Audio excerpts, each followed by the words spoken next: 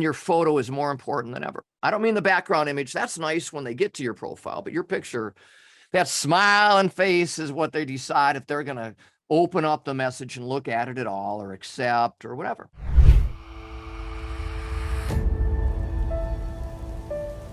Hello and welcome back to another episode of Leads to Growth.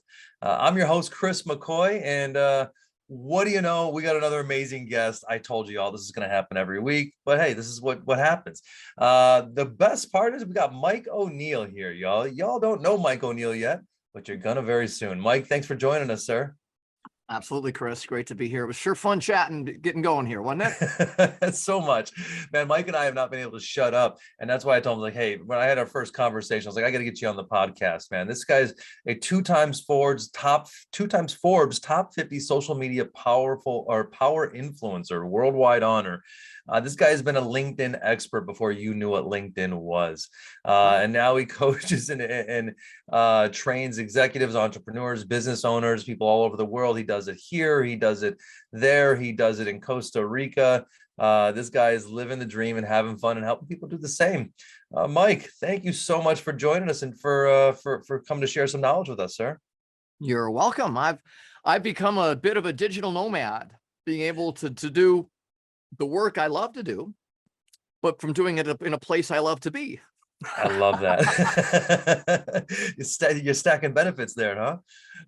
Yeah. And now with someone I want to be with as well. I mean, man, stack it up a little bit, you know, there you go. A little bit of rock and roll music in there. And I love it. I love it. So Mike and I ended up on the phone the best possible way. Like, Mike was a referral from somebody else, and we were talking about some lead gen. And when we got on the phone together, Mike led the way I love people to lead. He led with value. Mike started sharing some of his insights with me. Before I paid for any service or anything, Mike started telling me this and that, all these little things. I was like, you know what? We need to share this with our audience, because I believe all of us are out there working on LinkedIn, but we're not getting the value out of it. I believe that we could or should. And Mike's got a lot of lessons. So Mike, how did you get into being this LinkedIn guru and expert? I mean, Mike's books, listen, this guy wrote books on LinkedIn, but 7 and 10 years ago, but like he's onto the blogs and the conversations. Now things are evolving so fast. How did you get into this world? It was May 4th, 2004. May the 4th be with you. And an email came in to me, and it said, join me on LinkedIn. It was like, what, right? What? I knew what MySpace was. Mm-hmm. Okay, so I had a reference of comparison, and my friend from California, from San Francisco, where LinkedIn is founded, right? You know, my friend was in the know with folks there and stuff. And I'll share Dan Outcall. And you can download your LinkedIn connection data, and it has a date connected call. And you can see who your first connection was. Because Dan was mine. Okay. And from that point on, I was thirsty for knowledge. None to be had. Find a damn thing anywhere. Go to YouTube and type in LinkedIn, and you didn't find a damn thing. Seriously. Yeah. Whoa. So I had been a trainer before that, sort of. I was a sales engineer in the telecom world, in the technology space. Yeah. And I led a sales team where I had to train them every Friday for a lunch and learn, right? Oh yeah, the good old lunch and learn. Friday pizza. I get up on the whiteboard and I'm drawing how our T1 product connects to their network, how it provides a security layer, all this kind of telecom stuff. So my team was well equipped to do stuff. Sure. And I was forced upon to help roll out Salesforce.com to this team. This is 2001, 2002 era, you know, 2003, 2004, and all of a sudden you're into the time where LinkedIn is coming out, right? And I after 9/11 lost my job once, lost my job again, you know, a couple years later, you know, because you couldn't buy a technology job after 9/11. Everyone's Yeah. just the order cancellation department was hiring. That was Yeah. it. Because there was no new sales going on. Everyone's renegotiating down. Well, LinkedIn came along, and you know, I had this experience of training people on Salesforce.com. Hmm. And that was so easy to translate over to LinkedIn in the early days where you couldn't do much, quite frankly. Salesforce is a beast, complex in all in every which area. So yeah, it might have Yes, been and even I had an to easier simplify step. that. Yeah. So it's become more of a beast now than it was then. Salesforce was not as big of a beast when it started, like LinkedIn was not as big of a beast. They both That's true. become, you know, much bigger than anyone had ever anticipated. Yeah, No one ever absolutely. thought Salesforce was going to be this big, nor LinkedIn, as we say, LinkedIn. LinkedIn. My girlfriend's from Spain, and we were just in Costa Rica together for 4 or 5 weeks or so, because she got a lot of training in, and more, of course, but a lot of training in. And she says LinkedIn, and other parts around the world, they use that terminology. And I don't correct him anymore. I used to correct him, but I just my German and Austrian friends always say LinkedIn. Oh, okay, sure, whatever. It's beautiful. I'm sure there's third or fourth ways to say that somewhere along the way. And in the early days, you know, by 2-3 months later, I'm getting paid $500 to show people how to use LinkedIn. To sit down with them for an afternoon, hammer out their profile that didn't have many sections in it. There weren't company pages, there weren't pictures, there weren't images, there weren't posts, weren't. You know? Yeah. But what there was search. Okay. And the original LinkedIn search was pretty good. It's pretty good. Had a lot of fields in it. You know, then they made it only certain fields were for the paid premium people. And, you know, but in the early days, at the very start, you could do quite a bit. They didn't know what it was going to be. So everything's turned on. Sure. No premium features or anything. It's just all because what makes LinkedIn so different from the others, from Facebook and Twitter, is it's a subscription model. You can't buy Facebook. You can't pay monthly for Facebook. So that's a revenue stream that Facebook doesn't have, that Twitter doesn't have, that name it doesn't have. I mean, Salesforce does, others. They've got that bucket of revenue. In the early days, the big bucket of users were recruiters. And the recruiters in San Francisco. So I'm user number 125,841. 125. Wow. And there's a little trick. It's called view source. If you go to a profile and do view source and look for the word member or member ID or some combination of that, you can find out what your number is or anyone's number. And it's serialized. Interesting. And I know people with very low numbers, okay? Double-digit numbers. Wow. Double-digit.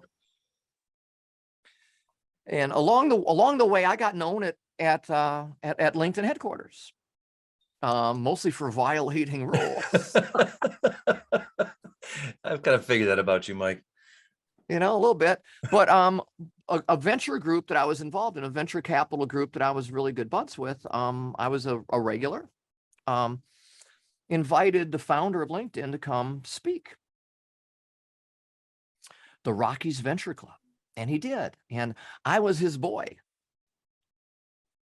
Reid Hoffman. One of the wealthiest people in the whole world. Yep. I mean, he founded PayPal and LinkedIn, and I mean, a big venture guy. Did he go on to Netflix as well to partner and start the Netflix as well? I believe. I wouldn't doubt that at all. He's the kind of guy, and Netflix is a California kind of thing. He lives there. So I was with him for the day and got pictures with him and stuff. And he had phones out. This is 2007. Okay. And he had devices and phones all laid out in front of him. Like he had to pack them up in a bag and go somewhere. So, you know, wow, this is kind of cool. And I invited him to connect on LinkedIn, and he wouldn't connect with me because I was doing something cute at the time. Okay. It was cute at the time to put your email address in with your last name. The powers that be thought that was the thing to do. and I was one of them. I still am.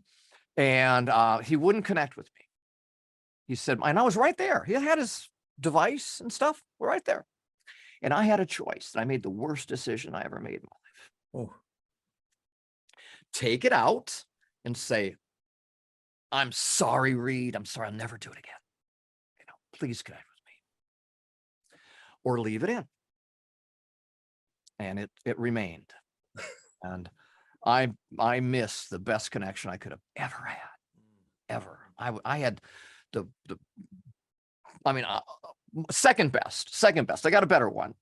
Okay.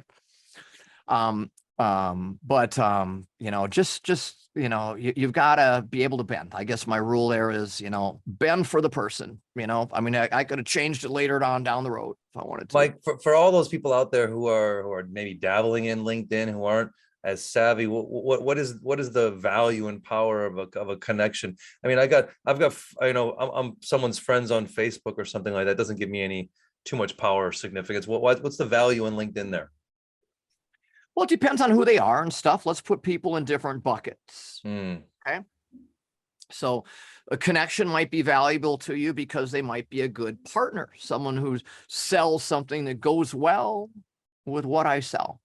We're in the business world here now. Yes. I'm selling hardware. They're selling software. That general principle, you could go down that whole list. Okay. So there's one bucket of people. Another bucket of people are folks that might be customers. Okay. Might need what you have. And that doesn't mean that they couldn't be both.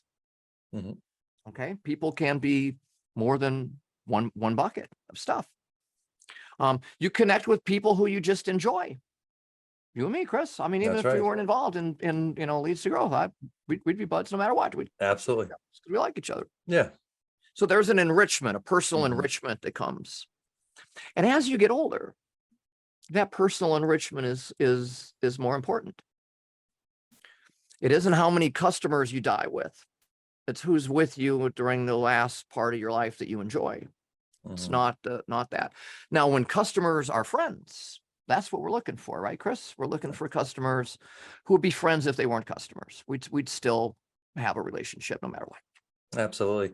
And I think one of the other great buckets or great pieces is in LinkedIn, because this is a business, the resources or connections that I get with that connection, right? My reach increases on LinkedIn when this happens, doesn't it?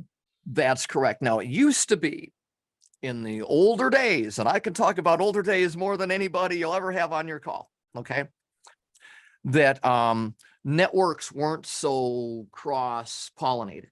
Okay. So you would connect with one person and your network size would explode if you connected with me or some other folks. Sure. A little bit less so nowadays. Okay. A little bit less so because so many people are over 1,000 connections. So many. And that's really, you want to be over 1,000 connections. Try to get there.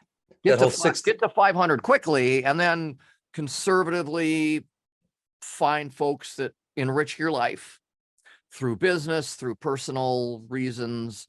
They post good stuff. They look good with earbuds around their ears, whatever it is. But don't be afraid to say no to people too. I say no to 3/4 of the folks, maybe more. They'll reach out to me now, especially when they're trying to sell me something that I sell to other people. It's like, did you not look? You don't have Sales Navigator, do you? Is what I say to those people sometimes. You don't have Snab, as we call it. Because that Sales Navigator is an add-on product that came out about less than 10 years ago. And that's what I've been fully focused on. When that came out, that's all I do. My profile says Sales Navigator Experts at the top. Absolutely. Because without that tool, you're hindered. And I'm not a hindered I'm not going to show folks how to do LinkedIn with one hand behind your back. That's shooting yourself in the foot. Yep. Absolutely. So let's say I want to get started with LinkedIn. I want to start building a LinkedIn account, or you're mostly talking people you work with are entrepreneurs, B2B people looking to generate income from these resources or sales or relationships, correct? Yeah, for the most part. Yeah. That's a good statement. Awesome. And so what are some common mistakes that you see people doing on LinkedIn when they're really trying to engage and leverage this great tool? What are some mistakes they do that, as you say, shoot themselves in the foot often? Reaching out to the wrong people. That's the biggest mistake. Okay. Number one. Well, actually, let's go to number 0.5. Okay. not looking ready. Mm-hmm. Okay.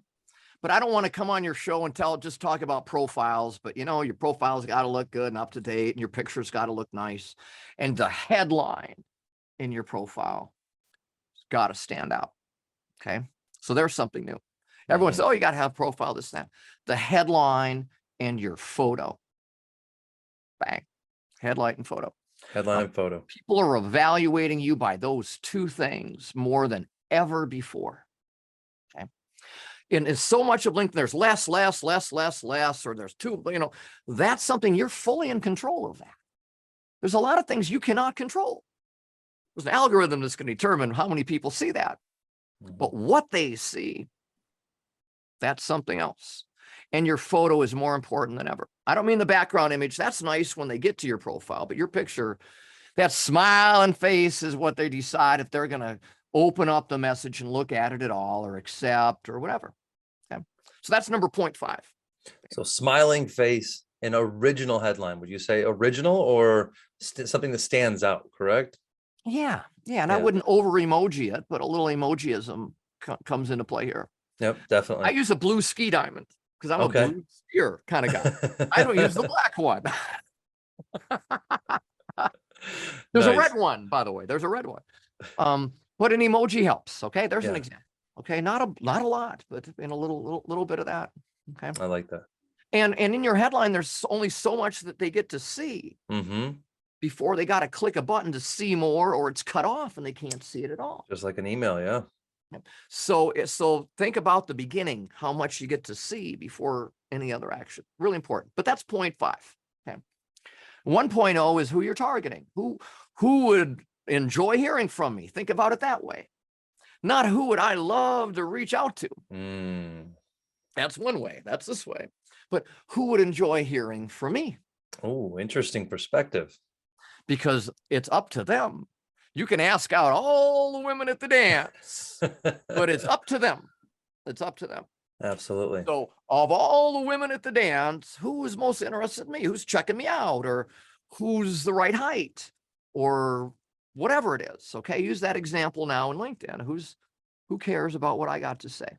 Who looks like someone I'm already working with, so I can name drop and talk in the first person about projects that they might be having. So you're saying when I first started LinkedIn, I shouldn't start going for the dimes, the 10 pieces, the knockouts right off the bat. I should maybe hit where I'm playing. No. Okay. No. You can. LinkedIn is a place to aim higher, but look like you're worthy of being. But if you're gonna at the head table instead of the second table. I like that. So if you're gonna play up, make sure that you represent somebody who'd play up, who they would play with, right? You're fully in control of what you say. I like it. You can't control what other people say about you necessarily, but you don't have to, people are going to see what you put in front of them. People are going to see what you put in front of them. So absolutely. The next thing was targeting. We call it targeting. Okay. So you're going to, and this is where Sales Navigator comes in. This is where you dropped some gold for me the other day.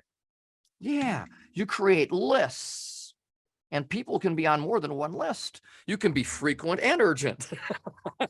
It's been like frequently and urgently. You can be both. Okay. So the list lets you take people out of a search, perhaps, where everyone qualifies to some level, onto a list where only the qualified people are there and everyone else is scrubbed. Scrubbed. Okay? So that's where you start with a search and deal with lists. Okay.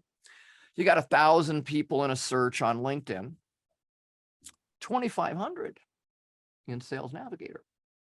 Okay.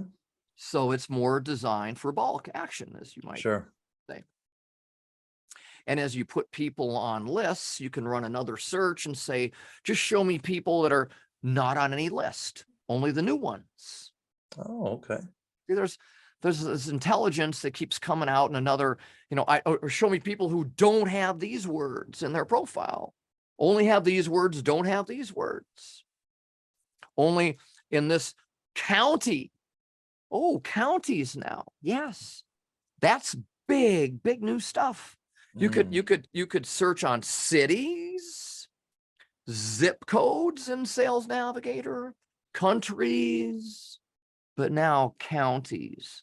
And if you're using Sales Navigator for targeting, I've got most of my clients using counties now. Because you're getting better cluster groups with those counties. LinkedIn correct? takes their zip code and assigns them to a county. Absolute, Okay. that zip code, that county. Finito. And like in the Twin Cities here, I happen to know that the counties that go up and down the freeway are really nice, but the stuff to the sides of the freeway, not so much.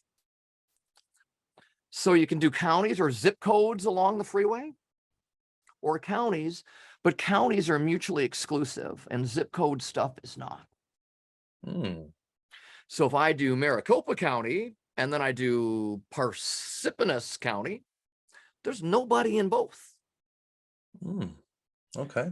So when you're doing your outreach, it's really nice to have mutually exclusive things.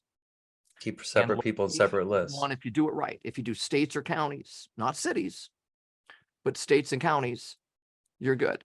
When you're dealing with cities, there's all this, suburban stuff that makes it kind of difficult. And are they in or out? Counties, different thing. So there's a big gem if you're going to go to Sales Navigator. Okay. Now, interesting. I'll share that anyone who has Sales Navigator can give someone else 2 free months of Sales Navigator. It's at the top of your Sales Navigator screen in the upper right corner, says referrals. I've given my 10 out already.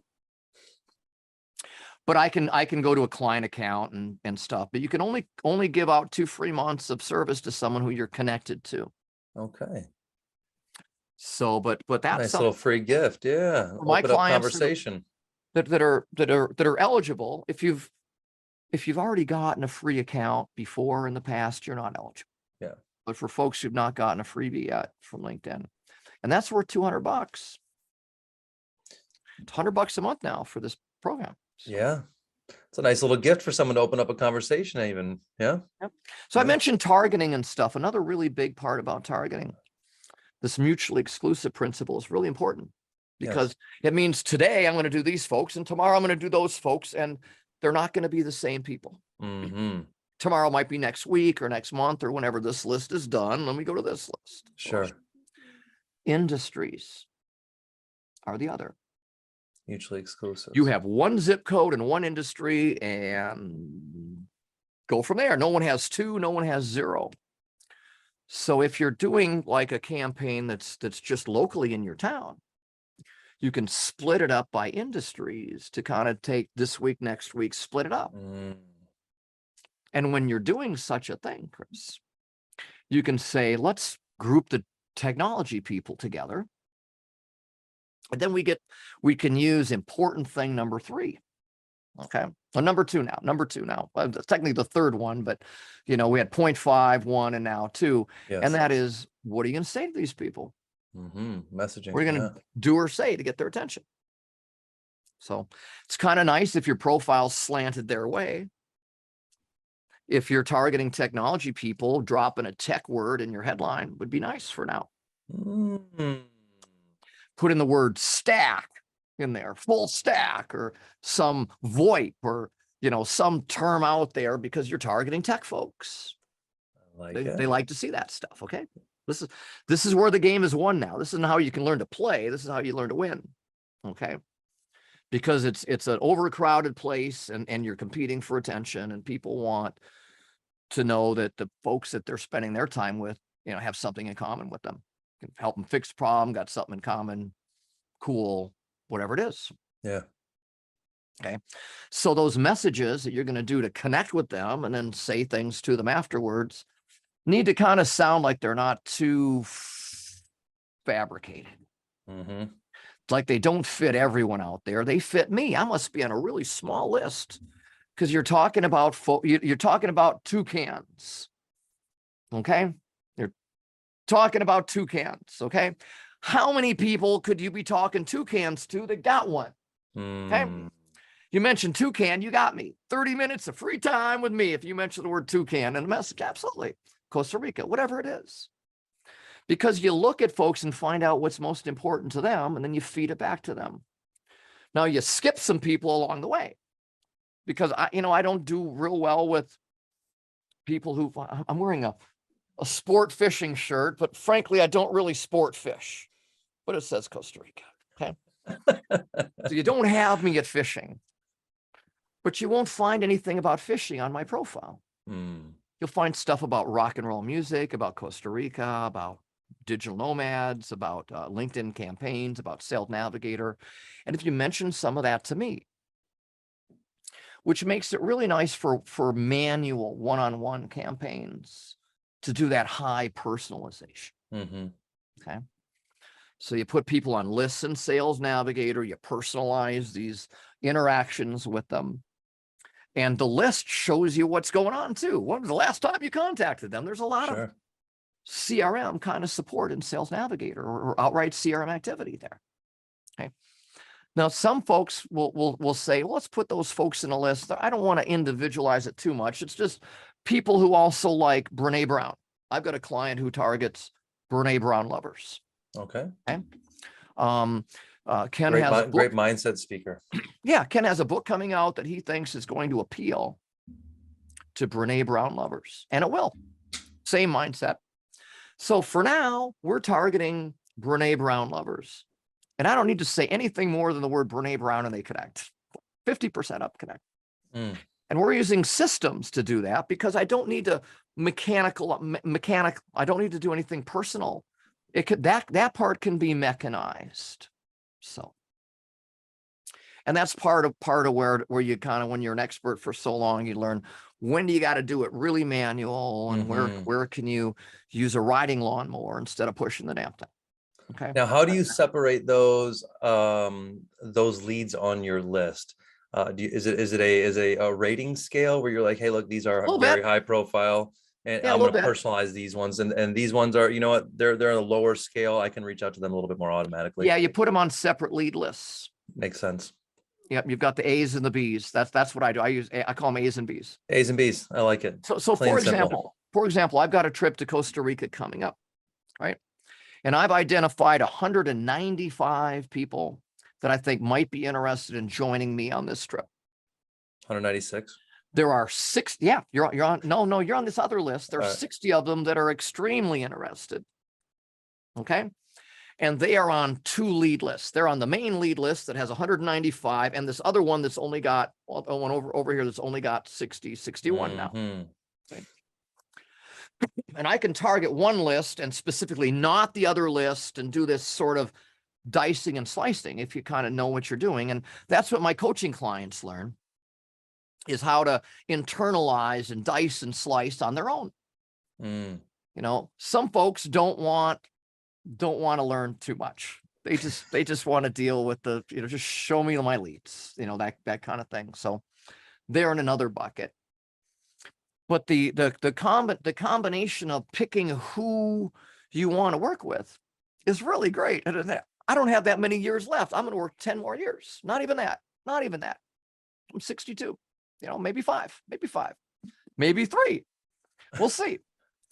But having not just more customers, but better customers, ones who inspire you, who have the same values. We have the same values, you and I. We found that out early on.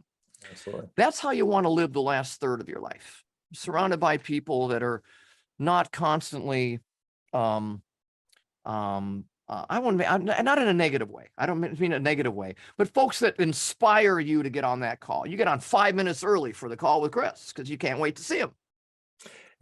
I love what you're saying. It's almost like you spend the first third of your life trying to figure out who you are and what it is that you like and what's important to you. Then you spend the next third trying to figure out what that looks like in the world and how other people are experiencing that. Then you spend the last third going, oh, who are the people that I enjoyed being my best self with and help me feel like my best self? And let me go find and spend more time with them. Yeah. Who do I want to wind it down with? Because at some point we're not going to be working, and who do we want to remember? It's the same way we work on these leads. Same way we generate these lists for leads. All right. We So qualify. you Go ahead. mentioned lead score. You Yes. mentioned something to that effect. Okay. Yes, sir. Yeah. And these lead lists are used for lead scoring very many times. So when someone responds and says thumbs up, that's a lead score of, well, let's say when they connect first, that's a lead score of 10 out of 100. They connected. Sure. If they respond back and say thumbs up, that moves them up to a 20 on a lead score. When they say, boy, that sounds great, maybe 25. But when they say, tell me more, now we're moving up, right? And at some point in time, they say, let's have a call. Now and you move on up to the top. And some people use those lead lists as lead scores, kind of like you do stages in the deal. And they just move them off of one and onto another. And there's a simple way to add to another list and take off of this list and just move them along. All within Sales Navigator? Yeah. Or is there really? Yeah. No kidding. And you get 10,000 leads, Chris. 10,000. I've only had 2 clients fill up. Seriously. And so we had to start deleting, FIFO, right? Had to start getting rid of the oldest ones that are from years ago, literally. So you're really not going to run out of leads there and stuff. And it's not how many people are on lists, it's how many leads there are. So if I'm on 4 lead lists, I'm only 1 lead. I'm on 4 lists, but I'm only 1 unique person. Sure. So it's 10,000 unique people you can put on lists. Very interesting.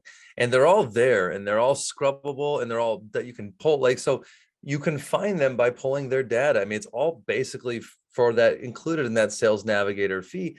I believe the challenge where people lose it is in that outreach. It's correct. It's a combination of things too. That outreach is either profile looks good, they targeted the right people, and they got the message that's for that audience. It's a 1, 2, 3. It's a 3-sided.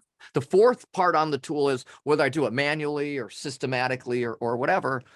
And there's a little bit of accountability buddy stuff that comes into play. I have weekly calls with my clients. So they know if they don't do their stuff, I'm gonna bring that up next week's call. And a lot of it, that's what it is the accountability, because it's just do the work. It's just put the energy and the time in. The rest is it produces the results. Yeah. So when someone invites you to connect, let's turn it around. Okay. There we go. Okay. So someone invites you to connect. This is what you should do. First of all, look and see if they said anything in their message. Does the message look personalized in any way? I mean, like really personalized, not like personalized to my list, but personalized to me, the ultimate personality, Arizona State University, toucans, iPhone, whatever it is, sport fishing, something that doesn't fit the next person you couldn't say that to. Sure. Okay. Give them the highest regard. Okay. Pay close attention to them, look at their profile, try to find some way to make something happen with them, at least to see if there's some way that we might have a call that would be meaningful for either one of us. Even if I don't know the reason why it's meaningful, it just might be meaningful in some way, shape, or form. Might be fun. Okay. You were part of the might be fun category. Yeah. My man. Okay. The next bunch of people are people that have included any kind of a message at all. Okay. And does that message seems to kind of fit me? I'm like to talk to business owners in the world. Okay, that's different than dealing with, technology folks in Minnesota. Okay. It's not all the way to personal, but it's not all the way up here. It shows a little bit of effort. Sure. Give them guidance too. Okay. Give them a good look too. And think, why not? Why not? And there may be reasons why not. Okay. There may be reasons. Okay. And then comes the third category of people that send the message that just could fit absolutely anybody. Okay. I look a lot less at that because they tend to be trying to sell me something that I sell myself. I'm kind of in the business a little bit.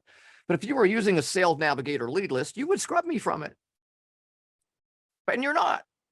You're just putting a bulk search in. everybody at Fights, and that's the difference with how I do things. How we do things is we scrub people that don't need to be there. And you said it very beautifully too, because I will reciprocate the appreciation of a good message, even if I'm not looking at it, even if I don't have time, even if I'm busy. I'll reciprocate it. I'll give them a response.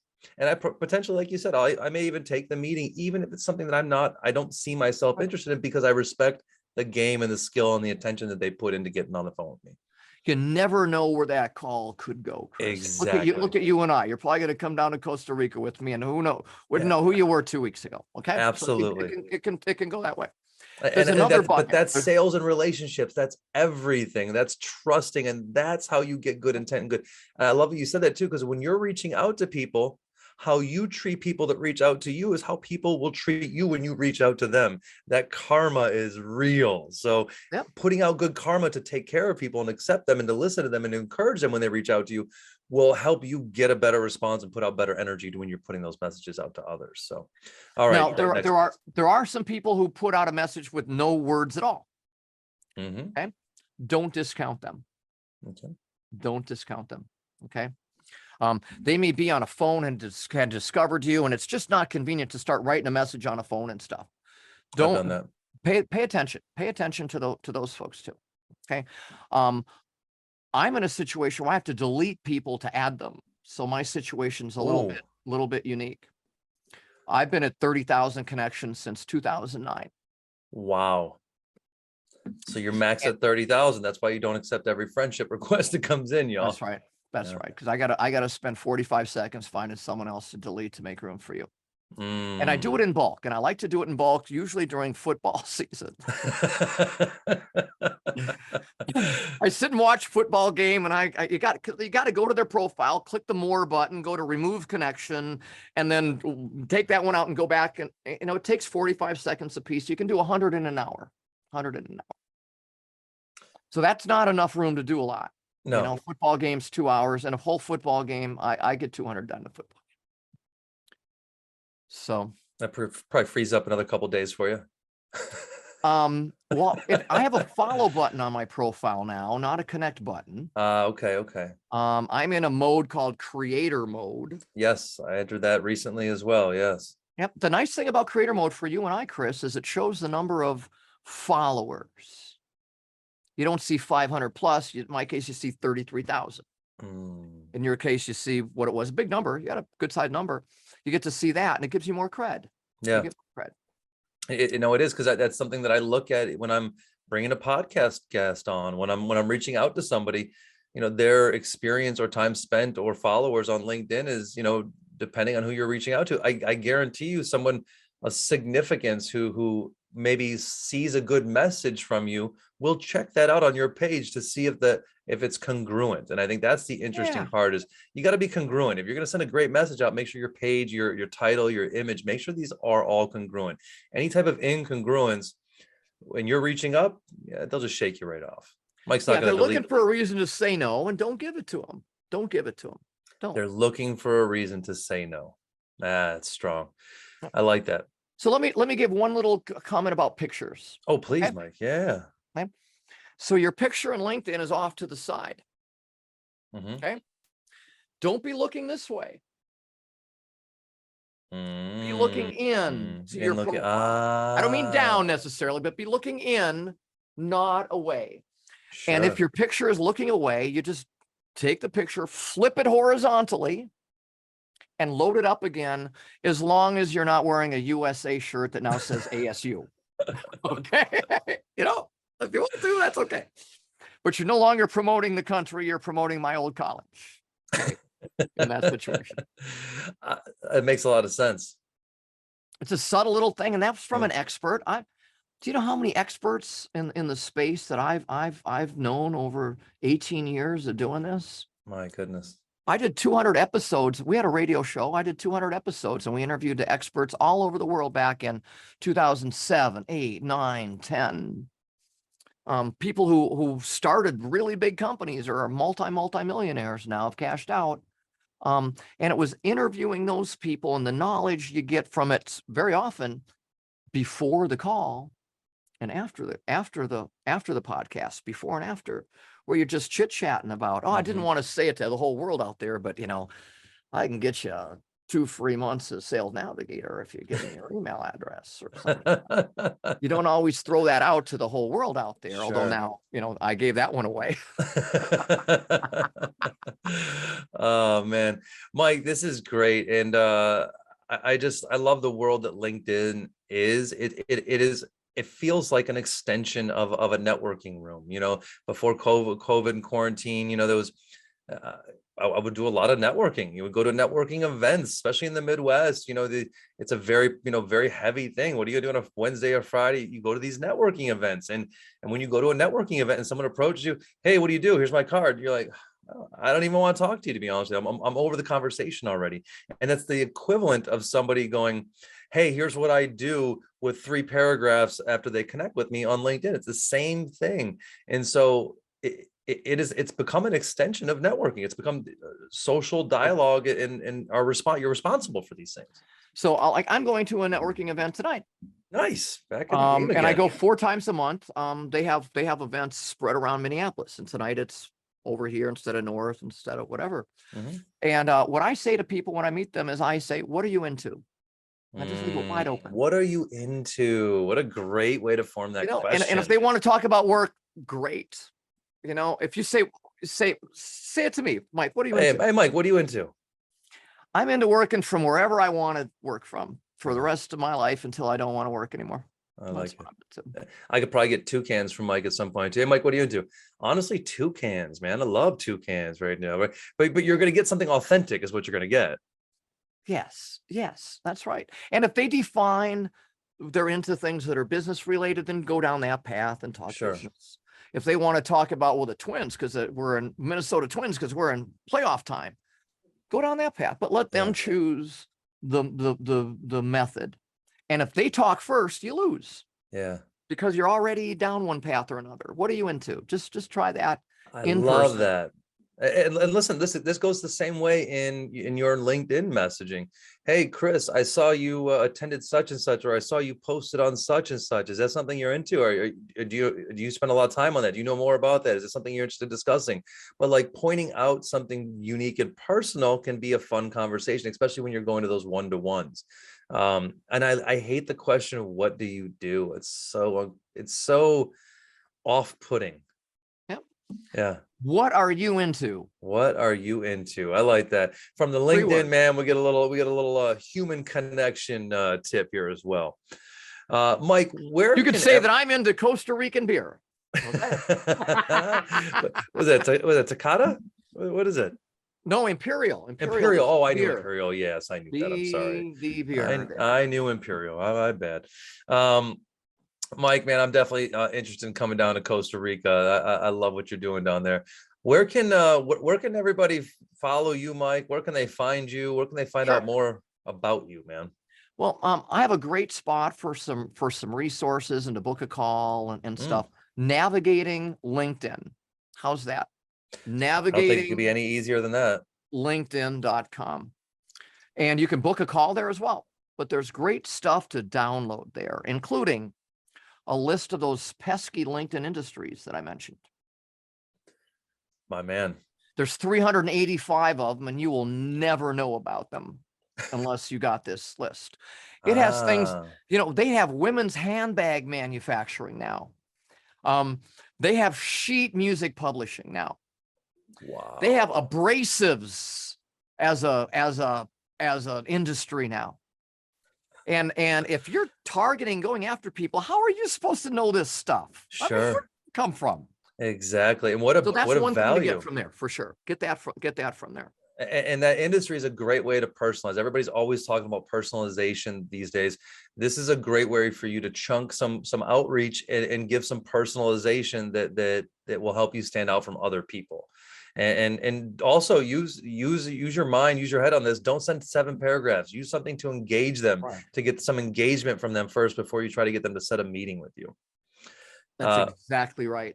Boy, you didn't learn that from me. You knew that before, but I just reinforced maybe a few things that a lot of your visitors, a lot of your viewers, I knew that, but I didn't know that part. You crossed that bridge for me. You made it easier for me. been thinking about Sales Navigator, heard about it. Now I can get 2 free months. Yeah. Why wouldn't I give it a try? Why not? Absolutely. And listen, You're y'all, going to get addicted to it. That's why, right? You're gonna not only gonna get addicted, but you can construct and hold your business from anywhere in the world. You can build a business through this one platform and relationships that could last a lifetime. This is an extension of the real world in the business world. And if you don't know, I'm telling you, don't take the 5-6 years I've learned to accumulate all this information and finally start to figure it out. Go to someone like Mike, cut your learning curve, and hedge your bets and get ahead of this and really start developing a place on LinkedIn, because it's not going anywhere. Same way Salesforce is larger than most business industries out there, LinkedIn is not going anywhere, and it's going to continue to evolve and continue to be a place of business. So if you don't have a place there now, talk to Mike, set something up. We need to learn to adapt to it, because it is changing all the time. It really is. And it's not always changing for the better for users. You know, they're a for-profit company. And just remember that they're out there, they have shareholders in mind. They're not even for the best interest of LinkedIn. It's LinkedIn shareholders now, Microsoft shareholders now, actually. Oh, really? So yeah, they're bought by Microsoft for $26 billion about 5 years ago. So the game is won on the edge, on the fringe, with the better lists, with the more refinement, the better ideas, the low-hanging fruit's gone. And listen, it all starts with refining your list. This is what really pegged me to bring Mike on, because look, everybody's reaching out there. They're saying these big, giant, generic messages, but you're targeting a list of thousands and thousands of people. Shrink your list, get rid of the people that don't matter, because you're turning those people off and they'll never do business with you again. Yep. Focus on smaller lists and rinse and repeat and get better. Think in terms of 100, 200, 300. That's the size list where you can put enough people together with the same language, and then do another one if you need to, another one if you need to. But don't go beyond that in general until you've really got something refined. You get something super refined, then you can just can it for the rest of the United States. I did 3 states, got it down. Now I'm going to do 47 more and just let it cook. But you got to really engineer really well if you're going to do that sort of thing, where you're going to put a big list in at some point in time, because there's lots of false positives.